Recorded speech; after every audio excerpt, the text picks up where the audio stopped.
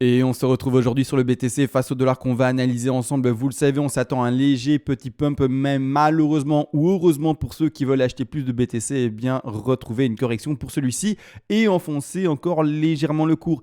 Et également, durant cette vidéo-ci, on va voir tout ce qui est réglage Ishimoku. Vous allez le voir qu'en fait, il y a deux réglages possibles.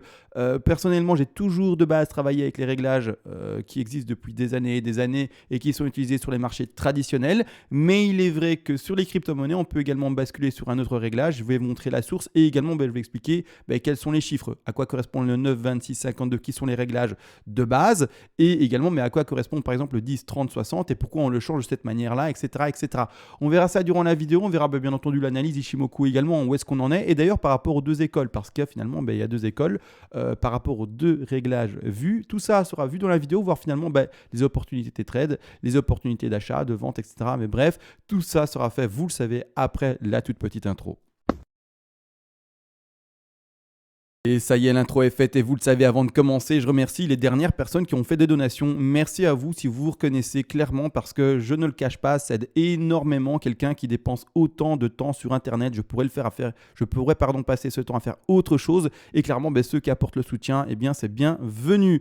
Et également, je rappelle, quand vous faites finalement cette donation-là, ça fonctionne par palier. C'est-à-dire que vers les premiers paliers de donation, en contrepartie, pour vous remercier à mon tour, je vous enverrai en PDF, c'est-à-dire ici dans un format informatique, toutes les règles d'analyse qui vous permettront de faire exactement ce que je fais en vidéo tous les jours, c'est-à-dire l'analyse avec les vagues, les Fibonacci, etc. par vous-même et ainsi faire vos projections de prix. Également placer bien vos trades, c'est-à-dire point d'entrée, stop loss, take profit partiel, bien entendu, bref, tout ça par vous-même.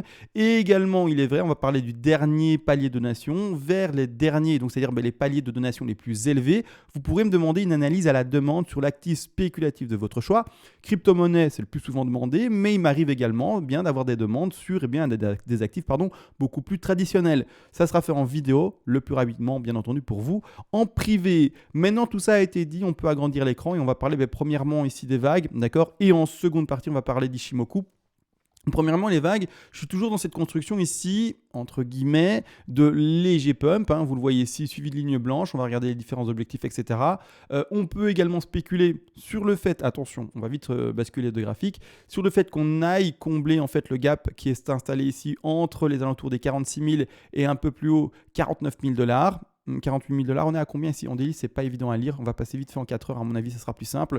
Donc ici, le gap s'installe entre plus précisément les 46 000 et un peu plus haut ici, les 49 035 $. Donc ici, clairement, on peut également partir sur ce principe-là, que le rebond aille au moins chercher ce niveau de résistance, parce qu'à ce moment-là, pour le moment, tant qu'il n'est pas percé, c'est un niveau de résistance. Une fois qu'il est percé, ça devient un niveau de support.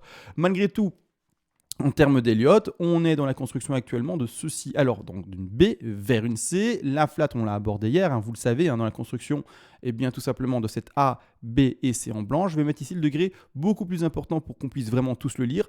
A, B et C, bien entendu. Et cette dernière C qui est en blanche ici doit être elle-même sous-divisée en 5 vagues. Les 5 vagues, elles sont ici. Je vais les mettre dans une autre couleur, comme ça on les distingue bien. C'est-à-dire que je vais les mettre en un bleu clair. Voilà, c'est très bien. On les distingue correctement. Et actuellement, je suis encore et toujours, malgré le léger petit pump qu'on a connu durant la journée, mon Dieu, qu'est-ce que c'était faible aujourd'hui, on n'a vraiment presque pas bougé. Malgré ce léger petit pump, je suis encore et toujours dans l'élaboration de ma 2. C'est-à-dire qu'en fait, quand on regarde le sous-décompte de ceci en 4 heures, je suis désolé, là je vais venir dans du tout petit. N'oubliez pas que du petit degré, ça peut être vite invalidé et la figure peut malheureusement s'étendre ou clairement changer. Donc attention à ça également. Au moment où vous regardez, il faut avoir conscience de ça. C'est-à-dire que pour le moment, moi, ce que je vois comme sous-décompte, c'est celui-ci. Alors je vais lui mettre une autre couleur, je vais le mettre en... Qu'est-ce qui est visible ? Qu'est-ce qui est le plus visible en termes de couleur? En espèce de rose. Une espèce de rose. On va regarder si c'est visible et si c'est correct. Mais clairement, voilà, oui, c'est plutôt visible. Mais pour ma part, je lis une A. La B que j'avais placée ici, vis-à-vis de tout le reste, en fait, je la dépose plus loin et je la mets là, ici, d'accord. Malgré le fait que là, ce soit parfait pour les 123, etc., je ne parviens pas, d'accord, à poser ma B là et me dire que ça, c'est le bas d'une C. Je ne parviens pas à décompter 105 vagues. Je ne vois pas la moindre... Oups, pourquoi il y a le H-ribbon ici? Ah oui, c'est parce que j'ai travaillé là tout à l'heure.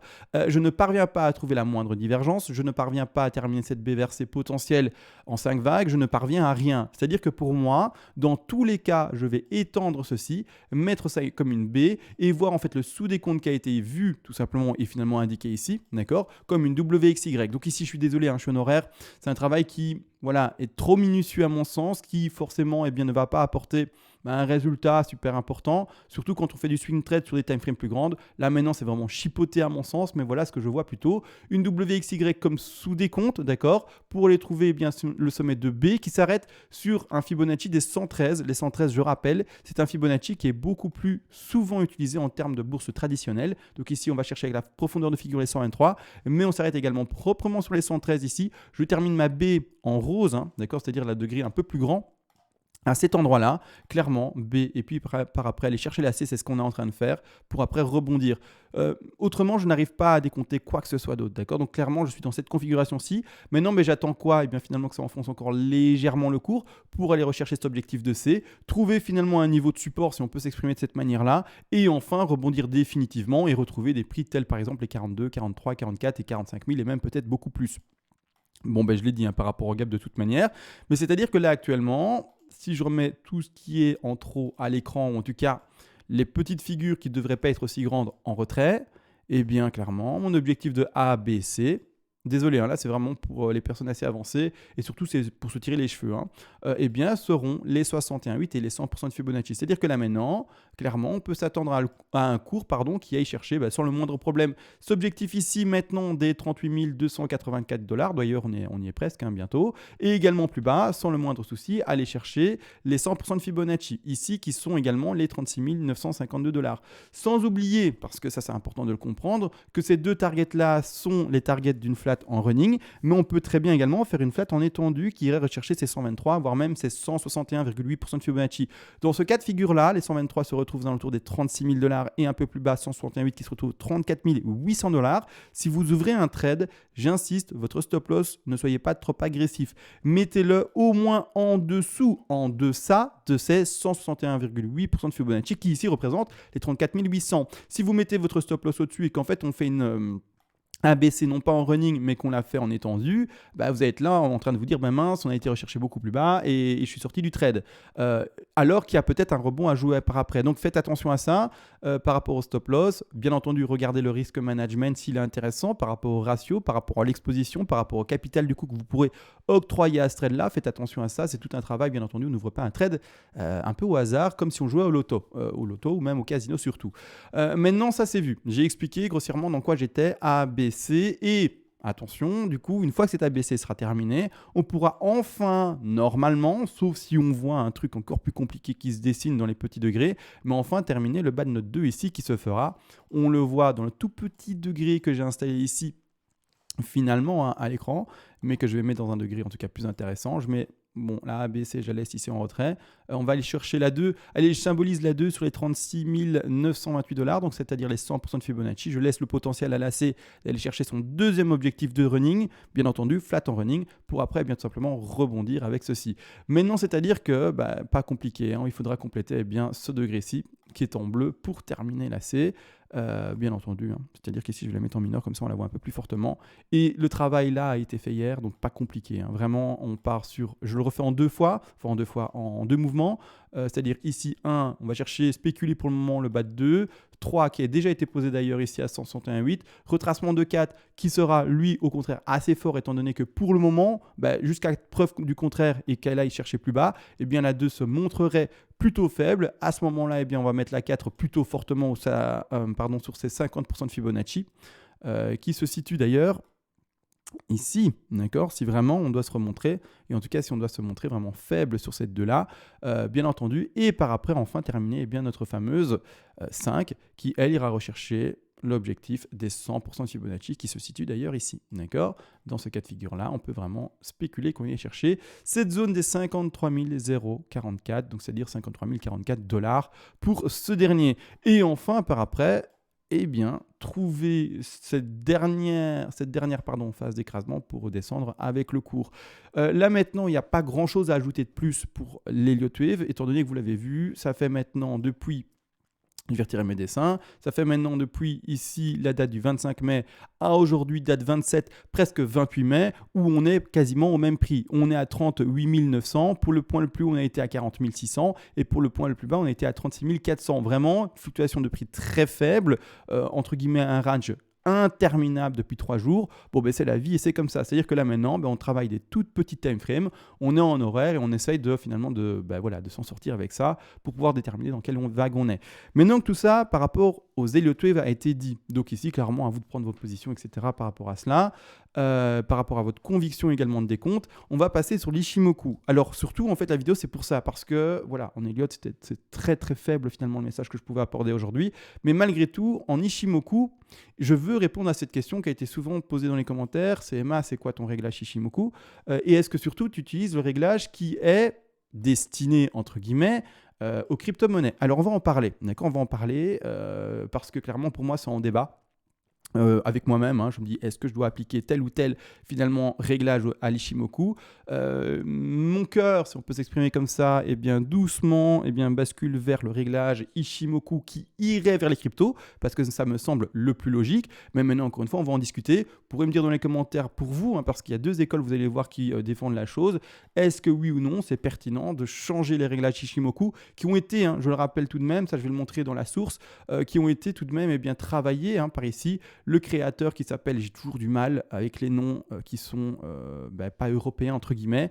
Si je le prononce mal et si quelqu'un sait bien le prononcer, qu'il le dise ou qu'il écrive en phonétique dans les commentaires. Mais moi je vais prononcer Goichi Osada, donc je suppose que je le prononce correctement, mais je ne suis pas sûr de moi sur ce fait-là. Mais c'est lui entre guillemets qui a trouvé l'Ishimoku, entre guillemets, créé l'Ishimoku, et également qui a travaillé finalement les meilleurs réglages selon surtout le marché asiatique, qui avait également, on le voit ici tout simplement, les samedis également d'ouvert. C'est dire que ça se passe comment ? Une semaine finalement de bourse était représentée par 6 jours ouvrables. Clairement, il faut le comprendre, c'est pas toujours comme ça, et surtout, c'est pas comme ça sur les bourses traditionnelles et également sur les crypto-monnaies. Il y a une légère différence. Crypto-monnaie, par exemple, on est ouvert 7 jours sur 7, 24 heures sur 24. Donc ici, par exemple, vous le savez tous, mais ça a quand même été écrit dans l'article également. Ici, c'est bel et bien ouvert, les marchés crypto, et bien simplement ouvert 24 sur 24, 7 jours sur 7. Donc ici, la question est-ce que le travail qui a été fait par Goichi Asada est toujours d'actualité par rapport, par exemple, aux crypto-monnaies ? Pas mal de personnes, et il est vrai, vont adapter du coup les réglages pour essayer finalement de peaufiner ça et se rapprocher de la réalité que l'on peut connaître. Clairement, les chiffres ici, 9, 26, 52, finalement, qu'est-ce que c'est ? Alors là, je vais peut-être me mettre en daily, comme ça on voit un peu moins de choses à l'écran et on voit un peu plus de... Voilà, c'est un peu plus net, il y a moins de couleurs dans tous les sens, etc. C'est-à-dire qu'en fait, qu'est-ce que ça représente ? Quand on va dans les réglages, vous allez voir que j'ai ceci, 9, 26, 52. Il faut savoir que le premier intervalle, donc attention, je parle juste des chiffres et comment est-ce qu'ils ont été trouvés. Je ne vais pas expliquer à quoi sert par exemple la Tenkan, la Kijun, la SSA, la SSB ou par exemple également la Shikuspan. Donc d'ailleurs, je vais remettre ici pour que vous ayez également ceci, voilà, hop, tout ceci à gauche. Je ne vais pas parler de ça, qu'est-ce que c'est. J'en ai déjà parlé dans d'autres vidéos. Je vais expliquer comment on trouve le chiffre de 9, comment on trouve le chiffre de 26, comment on trouve le chiffre de 52. C'est ça aujourd'hui dont on va parler, pardon. Et pourquoi est-ce qu'on peut le changer, par exemple, en 9 vers 10, 26 vers 30 et 52 vers 60. Et ici, la même chose, 26 vers 30 de nouveau. Pourquoi et comment ça marche ? Il faut savoir que clairement, en fait, le premier chiffre qui est ici, le 9, d'accord, est basé sur 10 jours, donc les 10 premiers jours du mois, et dans ces 10 premiers jours du mois, combien il y a de jours ouvrables par rapport à la bourse. Ici, à l'époque, c'était dans une semaine, ici clairement, dans le marché japonais, 6 jours semaine, c'est-à-dire que les 7 premiers jours, il y avait 6 jours, et ensuite on recommençait une nouvelle semaine, on reprenait de nouveau 3 jours. Sur 10 jours au total, on a 9 jours ouvrables en commençant les 10 premiers jours. Donc ici, c'est ça qui détermine en fait les 9, ou en tout cas le chiffre de 9.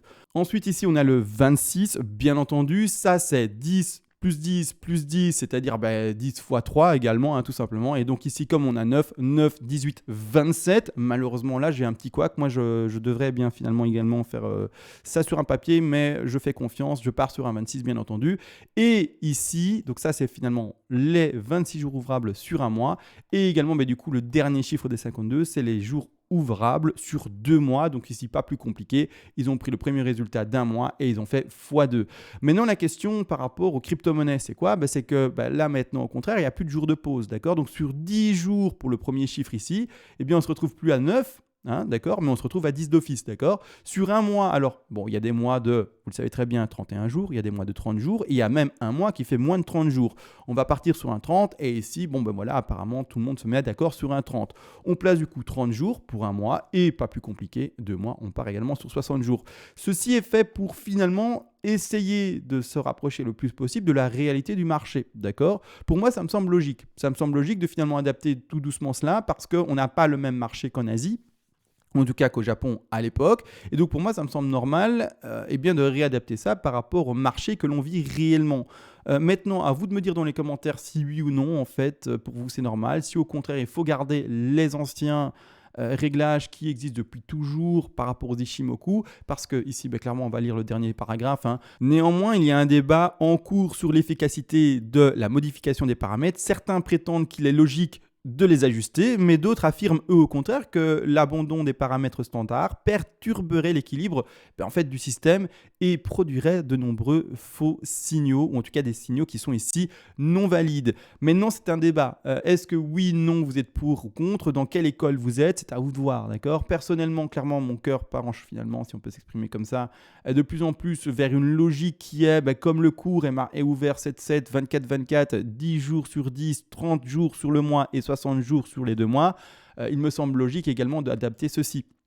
Maintenant, tout de même, la question peut être posée, d'accord, on peut l'adapter. Donc ici, à l'écran, on a les anciens réglages, mais qu'est-ce qui se passe si on met les nouveaux? Est-ce que ça va changer drastiquement la configuration ici d'Ishimoku? Est-ce qu'on va vraiment avoir des signaux qui seront vraiment soit beaucoup plus tardif, soit beaucoup plus tôt dans le temps, selon telle ou telle configuration? Est-ce que grossièrement, ça va changer notre vie? On va regarder ça, bien entendu, maintenant. C'est-à-dire que qu'est-ce qui va se passer? On va changer chacun ensemble, ou en tout cas chacun à leur tour, ensemble, le paramètre. Donc ici, on passe de 9 à 10, on va regarder ce qui change à l'écran. Attention, ici, je vais juste me remettre quelques lignes en plus visibles. Ici, il y a une très fine, et je vais la mettre en épaisse, comme ça on la voit. Ici, c'est tout simplement la Tenkan que je mets en visible. Et également, il y a la jaune, qui est là, c'est la SSA, pardon, que j'ai également mis en retrait parce que pour moi, c'est vraiment des lignes qui sont vraiment pas majeures du tout et qui, dans mon trading, en tout cas dans mon interprétation de l'Ishimoku, ne sont pas majeures du tout. Pour moi, la SSB, c'est la plus importante. Après, on a la Kijun et également tout simplement la Lagging Span ou la Shiku Span, selon également comment vous pouvez l'appeler. Malgré tout, ici, j'ai tout remis à l'écran, comme ça on voit bien le visu de comment ça change, etc. vis-à-vis de telle ou telle chose et de tel ou tel chiffre changé. Je vais bien entendu ici poser le 9 en termes de 10. Je vais faire Enter et on va regarder la différence à l'écran. D'accord, on regarde maintenant là ici à gauche, je fais Enter, ça a légèrement changé, vous avez vu, la SSA a légèrement changé, et sauf erreur de ma part également, comme on le voit la Tenkan. Bon, voilà, ça change légèrement. Comme dit de toute façon, la SSA et la Tenkan, pour moi, c'est pas le plus important, mais je vais quand même mettre la time frame qui est donnée de 10, étant donné qu'on est actif sur 10 jours. Donc ici, clairement, on part là-dessus. Maintenant, par rapport au 26, on a dit 26 jours d'activité par rapport au marché japonais. On part sur un 30, étant donné que nous, dans un mois, normalement, les cryptos sont actifs 30 jours sur 30. On part là-dessus. Je vais faire un petit également, vous l'aurez compris, Enter maintenant. Le changement a été fait. Qu'est-ce qui a changé? On voit clairement, il y a eu un petit changement par rapport, je remets 26 maintenant, par rapport en fait également à la SSA, également ici on le voit, la Kijun qui est en rose. Donc ici, léger changement, d'accord, léger changement, pas grand chose, hein. Je regarde vraiment ici par rapport à cela, hop, ici vraiment très léger, hein. Les Kijun elles changent là, mais par exemple dans cette configuration ici, là en bas elle ne change pas du tout, d'accord. On va regarder peut-être en 4 heures après ce que ça nous donne, mais ça change vraiment légèrement le dessus, le top, c'est une moyenne qui est un peu plus élevé des 26, mais voilà, ce n'est que 4 périodes supplémentaires et c'est pas ouf non plus. On va passer maintenant sur le réglage des 2 mois, 52 jours de base et maintenant on va passer à 60. On va regarder s'il y a un énorme changement également. Changement, oui, il est vrai par rapport finalement ici à l'SSB et comme je le dis, moi c'est la SSB qui est la plus importante. C'est-à-dire que clairement ici, quand on regarde la SSB, surtout ici à gauche, elle est finalement rabaissée, d'accord, ici comme on le voit. Elle est finalement plus large, ça qui nous fait également un nuage un peu plus large. Voilà, donc ici, voilà ce qu'on peut observer par rapport à cela. Par rapport aux signaux actuels, sur la fin du graphique, il ne change pas du tout pour le moment. Il ne change pas du tout, c'est vraiment l'historique passé qui change, mais pour le moment, le signal actuel, lui, pardon, ne change pas. Donc ici, je fais du aller-retour pour vraiment voir visuellement ce qui change. Donc voilà où est-ce qu'on en est, d'accord. Attention également, je vais mettre les 60 du coup. Attention également ici, par rapport au déplacement, par rapport à la latence du cours, soit à l'avant, soit à l'arrière, on va également mettre du coup 30, hein, d'accord. Et ça va changer, comme on le voit ici tout simplement, la fameuse lagging span qui va être reculée et également du coup, le nuage avec SSB et SSA qui va être finalement avancé dans le temps, c'est-à-dire plus dans le futur. Donc ici, je fais play, je fais enter et on voit également que tout s'est finalement écarté par rapport au cours. Donc voilà où est-ce qu'on en est. Maintenant, ça va changer de très légères choses par rapport à la time frame 4 heures, d'accord. C'est-à-dire que là maintenant actuellement, regardez où est-ce qu'on en est par rapport à la time frame 4 heures.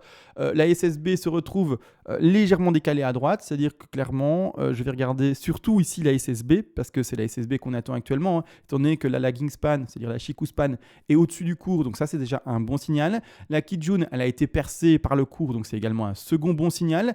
Là ici, on voit également la Tenkan qui est au-dessus de la Kijun, donc c'est un deuxième, voire même ici un troisième bon signal de marché qui pourrait rebondir. Mais attention, il faut que tout soit finalement aligné un peu comme les planètes, et c'est-à-dire que le dernier signal pour rentrer en trade, c'est-à-dire le rectangle vert qui est indiqué ici, c'est le moment où on va casser la SSB, d'accord, avec le cours. Au moment où on a tout, lagging span, donc Chikou span, pardon, Kijun, Tenkan, etc., et surtout en fait lagging span, Kijun et SSB de percer par le cours, là ça sera un bon signal d'achat par rapport à l'Ishimoku et on pourra passer à l'achat. Donc ici clairement, qu'est-ce qui se passe? Je vais juste regarder la différence avec la SSB, c'est ça qui est intéressant. Je vais remettre maintenant les réglages de base en fait, hein. Je vais repasser sur un petit 9, vous allez voir, hein, regardez les différences en fait, hein. Je passe sur un 9, clairement on a la SSA qui a un peu changé, mais la SSA pour moi pas trop d'importance par rapport aux 3 signaux pour passer à l'achat. Ensuite ici je vais repasser du coup à 26, hein, étant donné que 26 jours, on va regarder la différence. Hop, clairement la Kijun a légèrement changé, bon pas énormément non plus, hein. Elle a été légèrement baissée mais c'est pas non plus la folie, et on va enfin passer sur le dernier réglage qui sont non plus les 60 mais sur le 52, et là ça va changer, vous allez voir la SSB, d'accord, la SSB qui, boum, se retrouve un peu plus atrophiée, d'accord, finalement c'est un peu plus agressif ici clairement. Et pour terminer, on remet ici les 26 jours également, boum, de ce fait là, et tout va se retrouver resserré, et c'est à dire qu'actuellement d'ailleurs, vous allez le voir, hein, ce qui va se passer, tout se retrouve serré, et actuellement voilà, on retrouve un frein par rapport au réglage de base sur les mèches, chaque fois en fait sur la SSB. Également actuellement on a rebondi, trouvé le frein sur la SSB et on redescend vers le bas. Donc à voir l'interprétation, est-ce que clairement, le réglage Ishimoku de base, finalement, donc le plus ancien, celui qu'on a maintenant à l'écran, est le plus pertinent? Oui, non. Est-ce que c'est le nouveau que je vais maintenant remettre à l'écran qui est le plus pertinent? À vous de voir clairement. Il y a deux écoles. Moi, la logique m'invite à me dire que comme le marché est ouvert 30 jours sur 30 et 60 jours sur 60 et bref, on s'est compris, 24 heures sur 24, clairement, ça m'invite à me dire, voilà, fais les réglages par rapport à cela. Maintenant, est-ce que c'est une interprétation qu'on fait et qu'on ne devrait peut-être pas faire? Je n'en sais rien. Je ne suis pas non plus... je ne fais pas des études Ishimoku, hein, on est d'accord. Je ne suis pas un scientifique Ishimoku ou un chercheur Ishimoku. Même personne ne l'est, ça n'existe pas, il me semble. Personne n'est calé Ishimoku et a fait 4 ans d'université sur ça, hein, ça n'existe pas. Mais clairement, voilà. Il faut voir ce que vous en pensez. Là, pour le moment, du coup, si on remettait ensemble les réglages que peut-être je vais finalement adopter à tout jamais sur les crypto-monnaies. Clairement, pour le moment, où est-ce qu'on en est? Comme dit la Ginspan, bon signal, on est au-dessus de la Kijun. Et également, maintenant, on attend quoi? La cassure de la SSB. Cassure de SSB, c'est-à-dire que niveau d'achat devrait se faire. Si ça casse dans pas trop longtemps, au niveau des 40 800, ou voire même si c'est un peu retardé et qu'on rebondissait plus tard, au niveau ici des alentours des 39 900. D'accord? Peu importe. Là, c'était vraiment la petite discussion par rapport au Shimoku, savoir qu'il y a 2 réglages possibles. Il y en a même un troisième, mais celui-là, je ne l'ai pas abordé. Le troisième se retrouve ici en 20, 60, 120. Pour moi, c'est un peu extrême peut-être. Et il faut me l'expliquer. Il faut me l'expliquer parce que clairement, là, j'ai un peu du mal à comprendre d'où viennent ces corrélations-là. Ils partent vraiment sous le double de tout. Donc sur 20 jours, sur 2 mois directement, et ici, par après, vous l'aurez compris, sur 4 mois. Pourquoi, comment, où ça? Pour avoir peut-être, comme il le dit ici, moins de faux signaux, hein, c'est écrit je ne sais plus où, c'est ça, afin de réduire les faux signaux, peut-être, mais du coup, clairement, on va juste pour s'amuser, mettre un 20, 60, 120, vous allez voir que ça change pas mal de choses là au contraire. Donc ici, on est en 4 heures, je vais passer en du coup 20, 60 et 120, et c'est-à-dire que là vraiment, je ne sais même pas si c'est encore des bons signaux pour trader, hein. Donc 20, 60 120 et on repasse du coup ici également sur du 60. Voilà. Les signaux du coup sont super tardifs. Ça, c'est des time frames qui, à mon avis, et en tout cas des moyennes de time frame qui sont donc de périodes qui sont beaucoup trop grandes et ça n'a plus aucune cohérence par rapport à la petite time frame qui est en 4 heures. Peut-être si on passe en weekly, ça a une cohérence. Et même, non, là vraiment, je ne sais pas comment interpréter ça. Il y a trop d'espace, enfin, il y a trop, non. Là, pour moi, pour ma part, je ne peux pas interpréter ça. Donc, je vais repasser, clairement, finalement, sur le fameux 10. On va repasser sur le fameux 30, d'accord. Et on va repasser également sur le fameux 60. Et ici, on repart en 30 également. Et on est très content avec ça. Bien entendu, là, c'est déjà beaucoup plus correct. On arrive déjà beaucoup plus à interpréter les choses. Ce qui passe à l'extrême 20, 60, 120, je ne sais pas. Maintenant, à vous de me dire dans les commentaires, est-ce qu'il aurait peut-être été mieux que je reste sur les anciens réglages ou est-ce qu'il est meilleur et j'ai bien fait de passer sur les nouveaux, d'accord. Il faut savoir que moi, Ishimoku, je suis fort Elliott, vous le savez, Ishimoku, j'essaie de l'appliquer nouvellement sur les cryptos. Autrement, quand je fais de l'analyse de base sur d'autres actifs qui ne sont pas crypto, l'Ishimoku, je l'ai toujours utilisé avec ces réglages-là. Mais il est vrai, sur les cryptos, on peut peut-être penser à modifier ces réglages et à passer sur quelque chose qui corrélerait plus avec la réalité du marché. Donnez-moi un petit retour. Est-ce que j'ai bien fait de changer? Parce que je vous dis, je pense vraiment garder bien cette modification pour les cryptos. Est-ce qu'au contraire, j'ai mal fait parce qu'il y a quelque chose qui m'a peut-être échappé et qu'il ne fallait pas toucher à ça? Maintenant, vraiment, je verrai finalement le retour, finalement le plus massif.